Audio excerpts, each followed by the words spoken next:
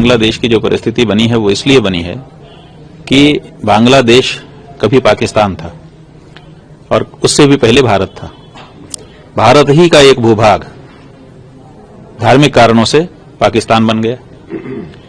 बाद में पूर्वी पाकिस्तान और पश्चिमी पाकिस्तान के बीच पटा नहीं मामला, तो उन लोगों में कुछ बाधा आई, उसका लाभ भारत की सरकार ने उठाया और उसको स्वतंत्र देश घोषित करवा दिया।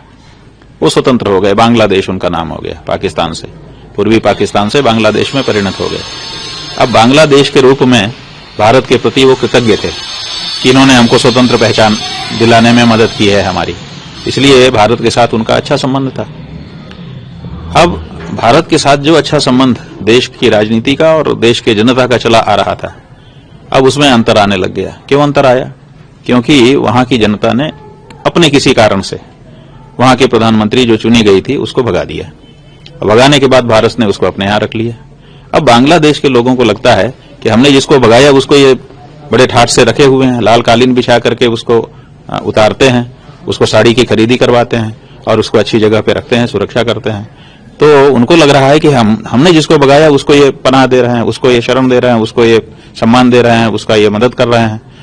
तो इससे उनके मन में भारत के प्रति दुर्भावना आ रही है, शत्रुबोध आ रहा है और वो भारत के खिलाफ तो कुछ कर नहीं सकते। भारत मजबूत देश है, बड़ा देश है, शक्तिशाली है, उनकी अपेक्षा बहुत अधिक, तो वो कुछ कर नहीं सकते। तो वो अपनी खींच भारत के ऊपर तो निकाल नहीं सकते, तो वो भारत के ऊपर खींच निकालने के लिए बांग्लादेश में जो हिंदू रह रहे हैं उनके ऊपर खींच निकाल रहे हैं, एक के बाद एक। पहले एक मारा गया, फिर दूसरा मारा गया, फिर तीसरा मारा गया, पत्रकार भी मारे जा रहे हैं जो हिंदू पत्रकार हैं। तो ऐसी परिस्थिति में भारत की सरकार को विचार करने की जरूरत नहीं है। भारत की सरकार को विचार करना पड़ेगा कि हमने जो शेख हसीना को यहां पर रखा हुआ है उसका ये परिणाम निकल करके आ रहा है कि हिंदुओं को बांग्लादेश में सताया जा रहा है। या तो हम उनको कह दें कि भाई अब जाइए कहीं और दूसरी जगह रहिए, हमने आपको इतना कर दिया जो करना था, कम से कम अब चली जाए तो लोगों की भावना सहज हो जाए। और अगर ये नहीं कह सकता है तो उसको ऐसा पराक्रम दिखाना चाहिए कि बांग्लादेश का एक एक व्यक्ति इस संदेश से संदिष्ट रहे कि अगर हमने किसी हिंदू को छुआ तो भारत सरकार हमारे देश को ही तबाह कर देगी। ये डर पैदा करना पड़ेगा। अगर आप किसी को शरण देते हो और दुश्मनी मोल लेते हैं तो आपके अंदर उतनी ताकत होनी चाहिए। तो वो ताकत आप दिखा नहीं रहे हैं और शरण दे करके बैठे हुए हैं। और फिर शरण मांगा कब उन्होंने? आज तक किसी चैनल ने, किसी मीडिया ने, चाहे बांग्लादेश का मीडिया हो चाहे भारत का मीडिया हो, ये नहीं कहा कि शेख हसीना ने शरण मांगी है और भारत ने उनको शरण दी है। ना उन्होंने शरण मांगा ना आपने शरण दिया, तो शरण की तो कोई बात नहीं है। वो तो सहज में जैसे कोई रिश्तेदारी में आता है ऐसे आ गई हैं और आपने रख लिया है उनको, तो वो शरणार्थी भी नहीं है।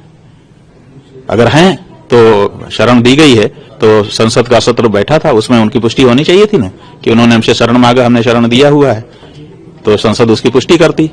पुष्टि भी तो नहीं हुई है। तो इसलिए यहां पर भारत की जो राजनीति है और जो विदेश नीति है वो कहीं ना कहीं धोखा खा रही है। और इसका परिणाम क्या होगा? इसका परिणाम ये होगा कि बांग्लादेश की जनता में भारत के प्रति दुश्मनी की भावना धीरे धीरे फिर पनप जाएगी। और धीरे धीरे नहीं पनपेगी, बड़ी तेजी से पनप जाएगी, क्योंकि उनका खून वही है, पाकिस्तान वाला। एक दिन भारत की धरती से वो अलग हुए थे, वो तो व्यवहार के कारण ठीक हो गए थे, लेकिन वो पुनः जैसे थे वैसा होने में उनको ज्यादा देर नहीं लगेगी। तो पता चला कि जैसे आपको पश्चिमी पाकिस्तान की तरफ से रोज मोर्टार दागे जाते हैं, उरी सेक्टर हो, पुंछ सेक्टर हो, रजौरी हो, पूरे जगह जगह पे यही हालत है, वही हालत बांग्लादेश की सीमा पे हो जाएगी। अभी आज की हालत यह है कि बांग्लादेश की सीमा पे कहीं कहीं बाढ़ तक नहीं है, लोग आराम से इधर उधर आ रहे हैं। कोई इधर गाय बांध रहा है और दूध दूहने चला आ रहा है, कोई कुछ खेती कर रहा है, ऐसी परिस्थिति है।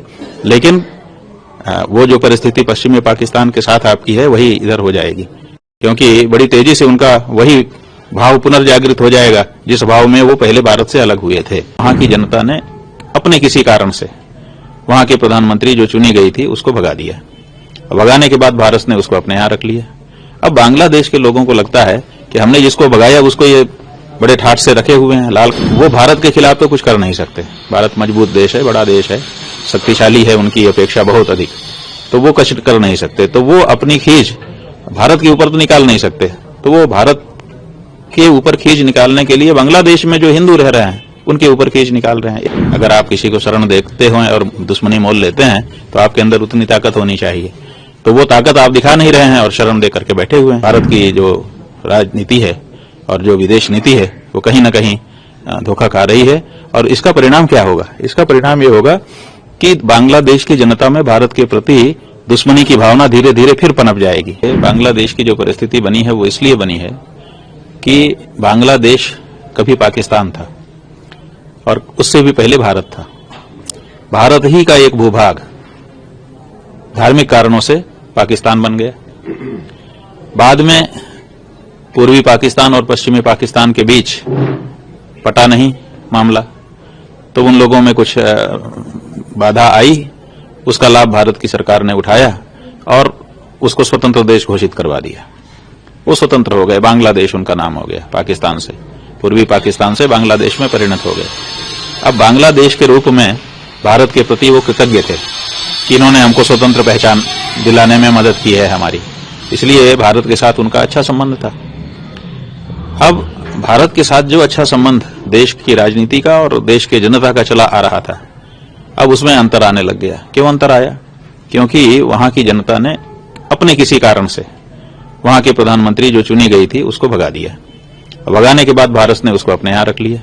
अब बांग्लादेश के लोगों को लगता है कि हमने जिसको भगाया उसको ये बड़े ठाठ से रखे हुए हैं, लाल कालीन बिछा करके उसको उतारते हैं, उसको साड़ी की खरीदी करवाते हैं और उसको अच्छी जगह पे रखते हैं, सुरक्षा करते हैं।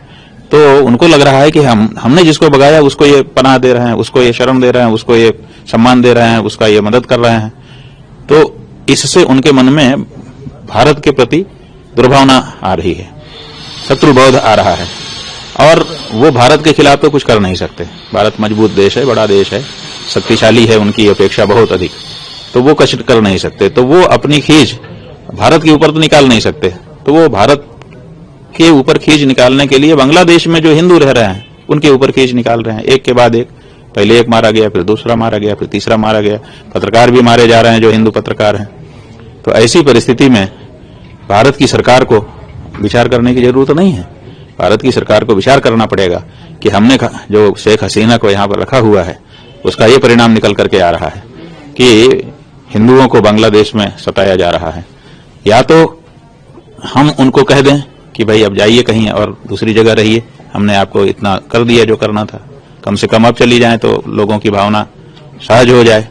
और अगर ये नहीं कह सकता है तो उसको ऐसा पराक्रम दिखाना चाहिए कि बांग्लादेश का एक एक व्यक्ति इस संदेश से संदिष्ट रहे कि अगर हमने किसी हिंदू को छुआ तो भारत सरकार हमारे देश को ही तबाह कर देगी।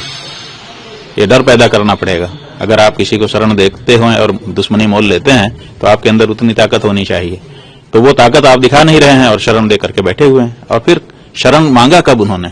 आज तक किसी चैनल ने, किसी मीडिया ने, चाहे बांग्लादेश का मीडिया हो चाहे भारत का मीडिया हो, ये नहीं कहा कि शेख हसीना ने शरण मांगी है और भारत ने उनको शरण दी है।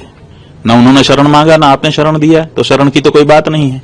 वो तो सहज में जैसे कोई रिश्तेदारी में आता है ऐसे आ गई हैं और आपने रख लिया है उनको, तो वो शरणार्थी भी नहीं है। अगर हैं तो शरण दी गई है तो संसद का सत्र बैठा था, उसमें उनकी पुष्टि होनी चाहिए थी ना कि उन्होंने हमसे शरण मांगा, हमने शरण दिया हुआ है, तो संसद उसकी पुष्टि करती। पुष्टि भी तो नहीं हुई है। तो इसलिए यहां पर भारत की जो राजनीति है और जो विदेश नीति है वो कहीं ना कहीं धोखा खा रही है।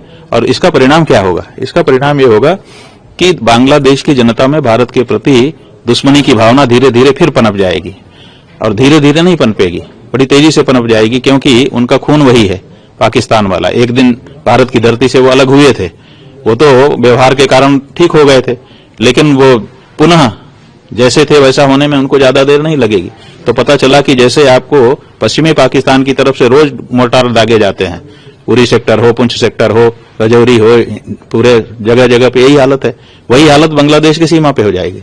अभी आज की हालत यह है कि बांग्लादेश की सीमा पे कहीं कहीं बाढ़ तक नहीं है, लोग आराम से इधर उधर आ रहे हैं। कोई इधर गाय बांध रहा है और दूध दूहने चला आ रहा है, कोई कुछ खेती कर रहा है, ऐसी परिस्थिति है। लेकिन वो जो परिस्थिति पश्चिमी पाकिस्तान के साथ आपकी है वही इधर हो जाएगी, क्योंकि बड़ी तेजी से उनका वही भाव पुनर्जागृत हो जाएगा जिस भाव में वो पहले भारत से अलग हुए थे। For more of such videos, do like, share and subscribe to ET Now Swadesh.